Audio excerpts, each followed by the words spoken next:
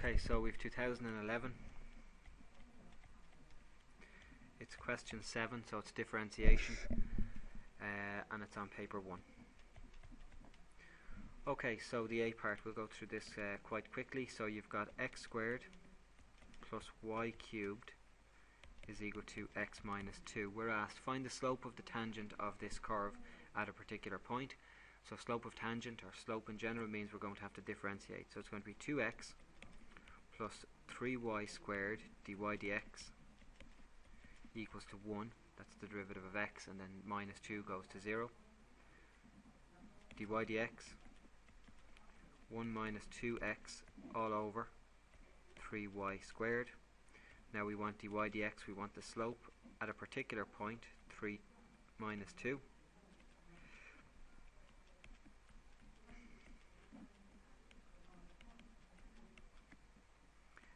That's going to give you minus 5 over 12. Okay. Alright, on to the B part. The B part, well, part 1 is, it's all parametric. The entire B part is parametric. So taking the first bit, so you're told x is equal to t minus 1 over t plus 1. And that's going to be the quotient rule. And because it's quite straightforward, dx dt, I'm just going to give you the answer. It's 2 all over t plus 1 squared.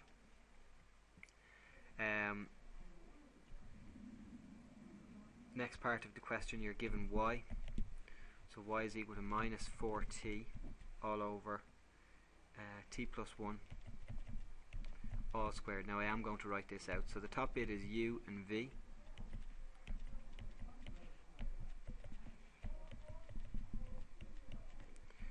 So dv dt is going to be, you're going to find that using the chain rule. So 2 t plus 1 times 1. Of course there's a 1 there, the power of t plus 1, but we'll leave it out. And du dt minus 4. So putting it into the quotient rule, we're going to know that dy dt is equal to, so v du dt, so we'll say minus 4 times t plus 1 all squared minus u by dv dt, so minus 4t 2 t plus 1, we'll tell you that in a second, all over t plus 1 squared, but that is to be squared again. So that's going to be a power to a power. So underneath the line you're going to have t plus 1 all to the 4. Tidying a lot of that up, we'll have minus 4 t plus 1 squared. Let's leave that alone for the moment. So you're going to have plus 8t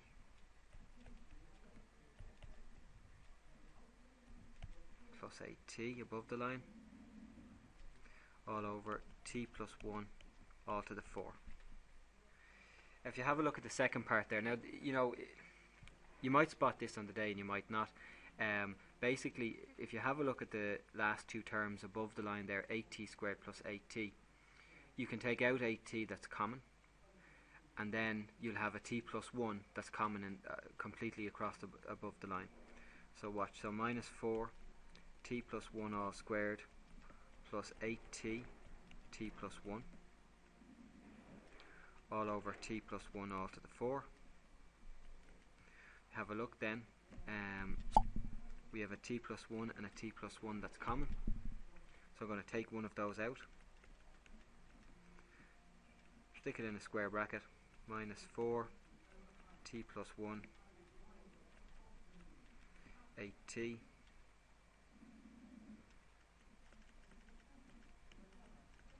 and of course then above and below the line, back in blue, above and below the line, the t plus 1s will cancel, that's gone, that'll be a 3 for me. Tidy up the top line and you'll factorize out a little bit, you'll be left with 4 t minus 1 all over t plus 1 cubed. You're going to use the two of those then to go ahead and use that for part 2. Okay, so on to part 2. You're going to need to bring forward your two derivatives, so dx dt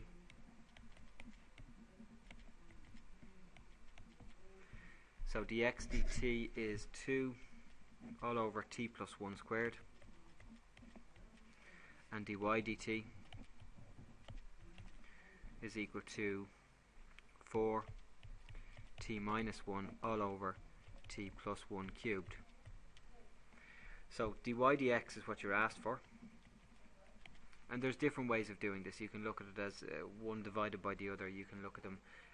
You can look at it as dy dt multiplied by the inverse of dx dt, or in other words dt dx, whatever you want. I don't mind. So dy dt multiplied by dt dx. So dy dt is here. Make sure you choose the right one. Sometimes we have a habit of just going straight from left to right. So we're going to take the 4 t minus 1 t plus 1 cubed. We're going to multiply that by t plus 1 all squared over 2. So the inverse.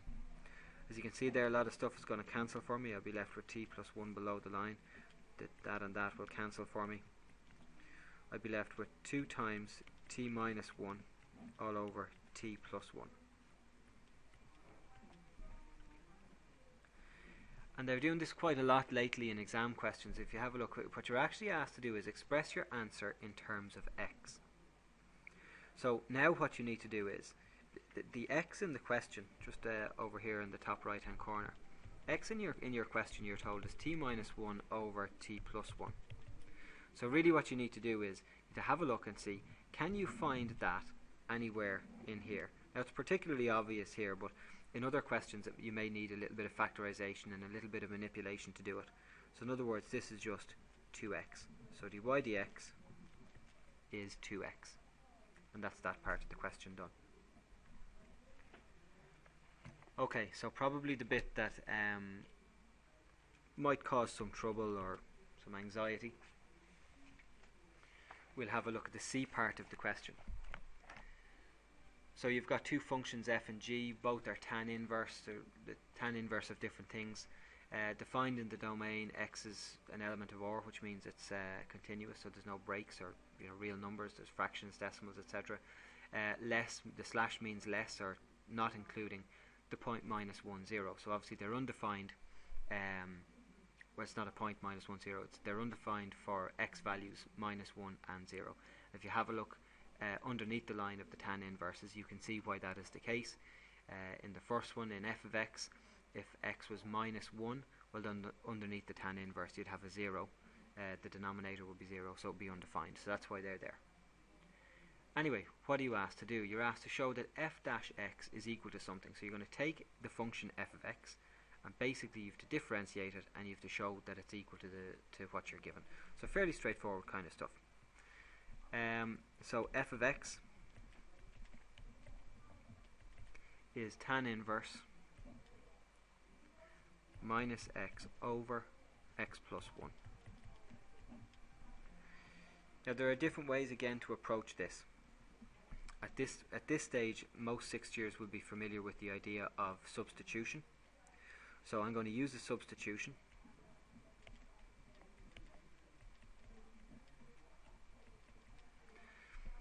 And now my f of x is equal to tan inverse of u. And of course that's u over 1, which is in the form from the log tables. U over a, or x over a, is normally what's in the log tables. So from that we can say that f dash x is equal to, well, use your log tables, the derivative is a all over a squared plus x squared.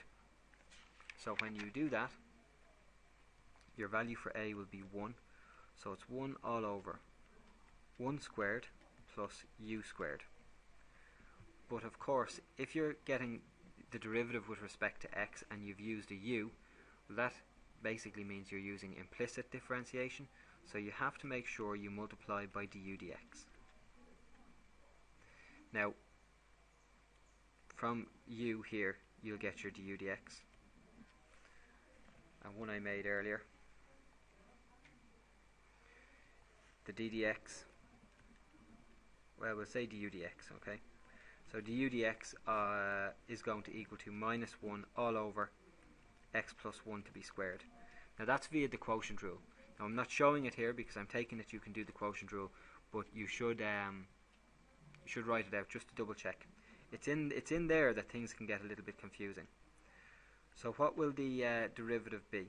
It'll be 1 all over 1 plus.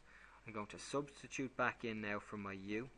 So I'm going to have minus x all over x plus 1 times my du dx, which is minus 1 all over x plus 1 all squared. Now that needs a lot of tidying up, and you need to be very careful when you're doing that. So I'm just going to take that over onto the next page. Sorry, you can't see that there, 1 second. I'm going to take that over onto the next page, and of course that's squared, sorry, and we'll see what happens.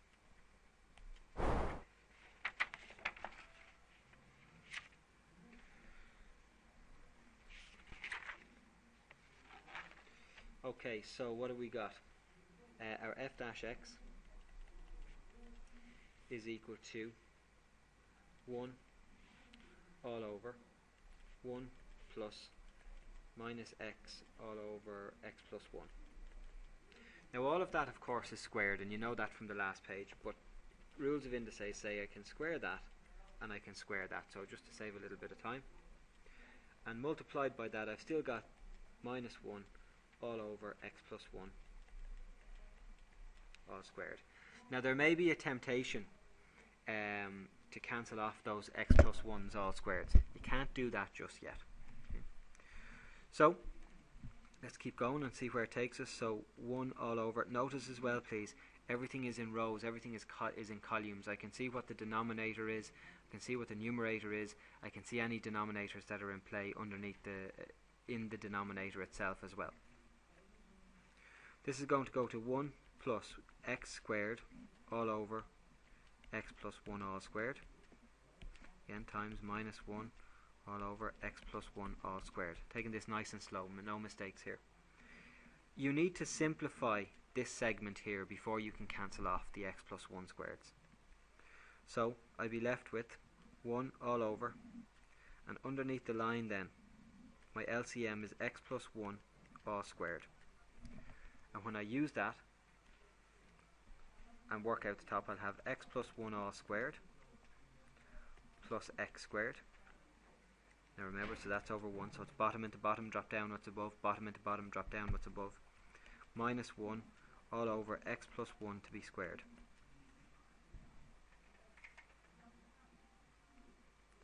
Now at this stage I could cancel off the x plus 1 all squareds, but if you're a little bit unsure or you're a little bit uncertain, don't do that.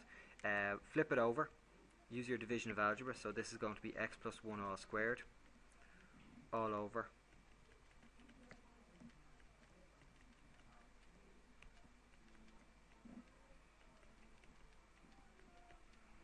because remember that's 1 over 1, so division of fractions. Of course these two here will cancel out for me, and when I tidy up, just bring it over here, minus 1 all over multiply out the bracket, the x squared plus 1 all squared. When you tidy all of that up, 2x squared plus 2x plus 1, your job is done there.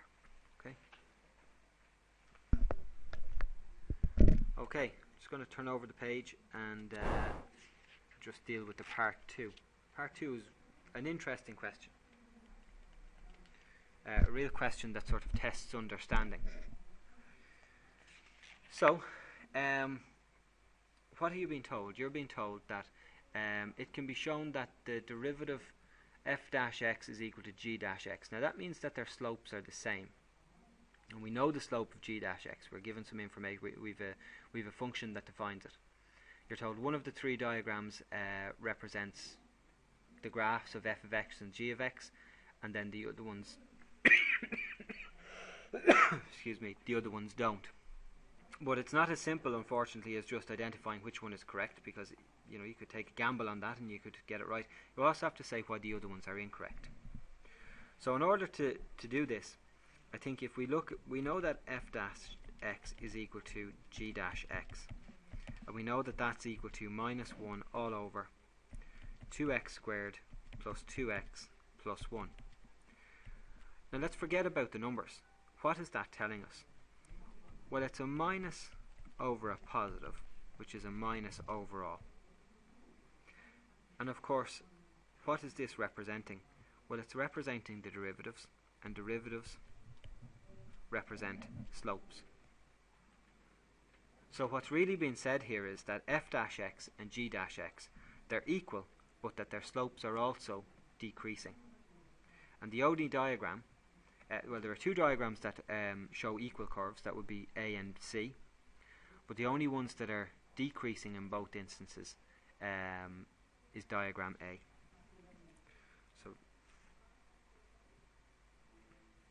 So the slopes of f of x and g of x are equal and decreasing. Therefore, diagram A is correct. And if you have that sentence, you can pretty much manipulate that sentence then to give you the other two sentences that you need for diagram B and diagram C. So I would say something like this: B is incorrect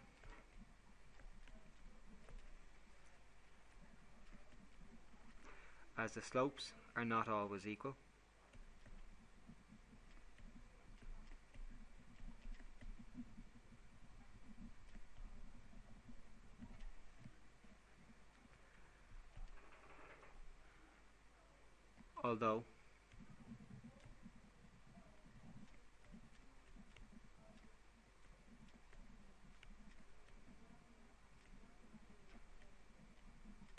Although they are decreasing. Now f of x, I'd be a little bit, f of x seems like it's decreasing for the most part. I think it probably is. I think it is, yeah. Okay, and then C. Well, C is incorrect as, well, they are increasing. We know that the original functions f of x and g of x, well, we know that they have to be both decreasing.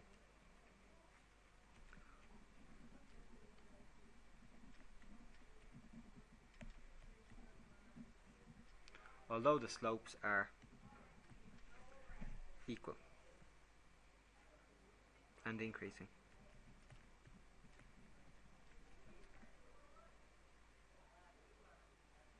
Sorry, no, I already mentioned the increasing, so equal is what I meant to say. Okay, that's it. That's the question.